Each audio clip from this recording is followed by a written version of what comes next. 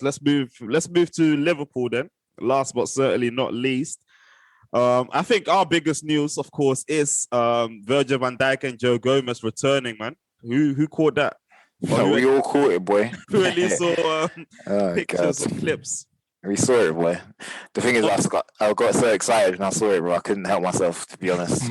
Although, whack that in the chat, bro, quickly. Like the moment I saw it from one of the top words on Twitter, I was like, "Yep, that's going straight in the chat." But now I think obviously I didn't watch the game or anything like that, but like, obviously that was just a hate in me, and like the Liverpool hate. Obviously, it's good to see, innit?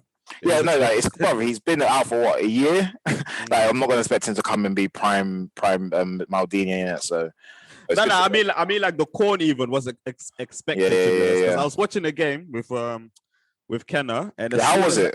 As soon as that happened, me and Kenna were like, these guys are gonna be on to us. But how did he play as a whole though? Was he shaky? What was it? As a whole, at the start it was shaky. We were 2-0 down, but then we pulled it back 2-2. Naby Keita has been decent so far in all the games actually in preseason. But in terms of Liverpool in general, it still looked a bit lackluster, especially going forward, missing chances, etc. But the one thing that I'm seeing is like we're kind of doing different patterns of attacking patterns. So it's not anymore the using Trent and our left back, which was Tsimikas in the first half, to spam the balls in. We're now very much playing through the middle. I think that helped because what's his name played as an 8, Harvey Elliott. Okay. And obviously he's someone that keeps the ball. He's quite tricky. He's not fast, but he can pick a pass. I was pretty impressed with him as well, to be honest. But yeah, we came back 2-2. And then I think, they made the 3-2, the Jovetic one. And then was it 4-2 in the end? They made a 4-2 as well. And then Oxlade smashed in 4-3. So it ended up 4-3 against Hertha Berlin. But yeah, I think that was the first preseason game that I saw, like 90 minutes that I watched. I don't know, man. I think the only thing that we're missing is a 9. I keep saying this. I don't know where the 9 is coming from. Right now, I don't even need it to be Mbappe. I just need it to be someone that knows how to. Man saying it like he's got choice, you know, mad. I don't even need Mbappe. If you don't guys want Mbappe, find someone else, man. But I just need someone that can bag, man. Even like let's say not a Tammy, because in terms of his profile and fit, he wouldn't fit in our team. But like in terms of his numbers, kind of thing, someone like him, you get me, like a Watkins or something. I would have that, man, because I think it's definitely our missing piece in this particular in this team, really. Other than that, I'm pretty happy to go in. You just need someone to find the net, basically. No, nothing else really. No. I need 3 chances, bang. Yeah, just straight 1 chance in. Even if that 1 chance is their only chance in the game, that's the type of 9 I need, man. Konate, our only signing so far. What's he been saying? He's looked solid so far, very solid. Gomez looked good as well. Still rash, still not as refined as Van Dijk as we would say, but he looked good in his cameo as well. So yeah, man. For that goal where obviously the VVD mistake happened, it looked like Gomez just forgot himself and just completely committed to the midfielder and left the space in behind. Yeah, he was gone, bro. So obviously it left VVD on an VVD, island. yeah. 2v1 and Jovetic can do it on his own, innit? So it wasn't a Sissoko v Spurs situation. So he just pammed him. I think he'd even pam him. I think Van Dijk just like what do you call it? Fell over his feet. Yeah. Instead of tackling him. So yeah, man. In terms of incomings, there's absolutely nothing. As you guys know about Liverpool, they're just being tight-lipped. But of course, this all depends on people heading out. But no one is being forced out. So yeah, the only person that's really noise about right now is Shaqiri. But not necessarily a club, but just like, he seems to be the next one out. But the rest, like Origi, Oxlade, all them, man, they all as of now looking to stay. Incomings. Wait, Andy, sorry to interrupt. I saw something that apparently West Ham are looking at Oxlade. Yeah, I saw that. Oh, really? I didn't see that. Yeah. That's interesting. If Lingard doesn't become an option for them anymore, then Oxlade could be a potentially cheaper option. I'd like to see if that will happen, man. I wouldn't mind seeing him go, man, but I wouldn't mind having him as an option either. But Shaqiri and that man, Origi as well. I love Origi. I love him to bits, but yeah, he can go as well, man. He's not good enough. Yeah. Oh, another person, now that you mentioned that, Bowen, we've been linked with Bowen as well. Or he's on our list of attackers that we're looking at.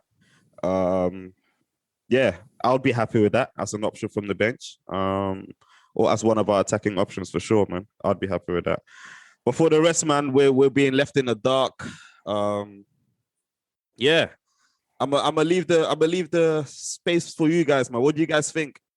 Liverpool. I know what President Stephen think, but let me go to Monya, Toast, Jake. I think it's very much a case of Liverpool resting on their laurels again. Like, we all criticised Spurs for doing this a couple of years ago, where they were just so inactive, and there wasn't that innate desire to improve or even just to change things up. Like, you hear all the top managers go on about it, don't they? How you do need a couple of signings a season, if anything, just to change it up, so you have different voices in the changing room and whatnot. And to me, this just screams that Liverpool aren't willing to make those innate moves that they need to. When you look at it, but City won the league by a canter more or less last year. I know what they're going to sign. You don't look at them and think they need Jack Grealish. They're about to slap 100 M's on a player that's probably not even a necessity. Like that's not resting on your laurels, man. Yeah, that's my point. Yeah. I don't know, man. But the thing is with Liverpool, they always want to, or if I was to believe the journalists, like, we don't have money and we really rely on stadium income, and COVID has shagged us. But you've won literally everything 2 seasons ago. Do you reckon this is part of your ploy? I almost feel like it's like a very tactical way of going about in the transfer window. Almost basically for the whole window, saying that Liverpool haven't got a lot of money. Then come crunch time, they just basically put a bid in. A team that needs the money needs it, and then they take them. Basically, especially the players that are close to their contracts running down. As well. They just pick them up. The value is going to plummet closer to the end of the window. Exactly. So.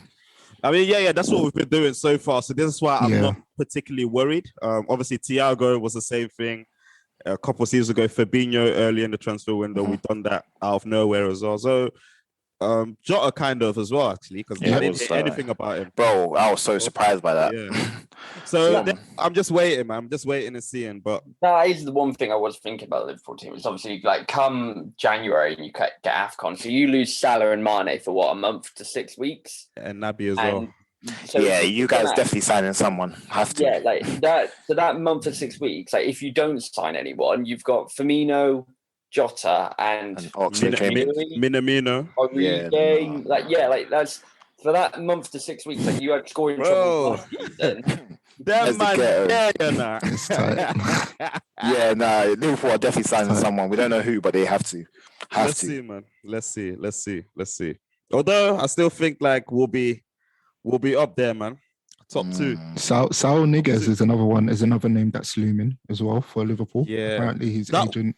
That one, I feel like it's just throwing Liverpool in the mix. Well, I think his agent is selling him to whoever wants to listen, bro. That's how I'm reading into. Because I'm hearing United. He's coming to England tomorrow to talk to like different clubs. I'm like, brother, who does that sort of thing? If you're not shopping, player, that's what I'm saying. Haaland as well. He did a tour, boy.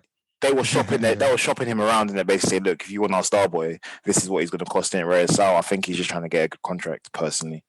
Yeah. Yeah, man. That was LFC.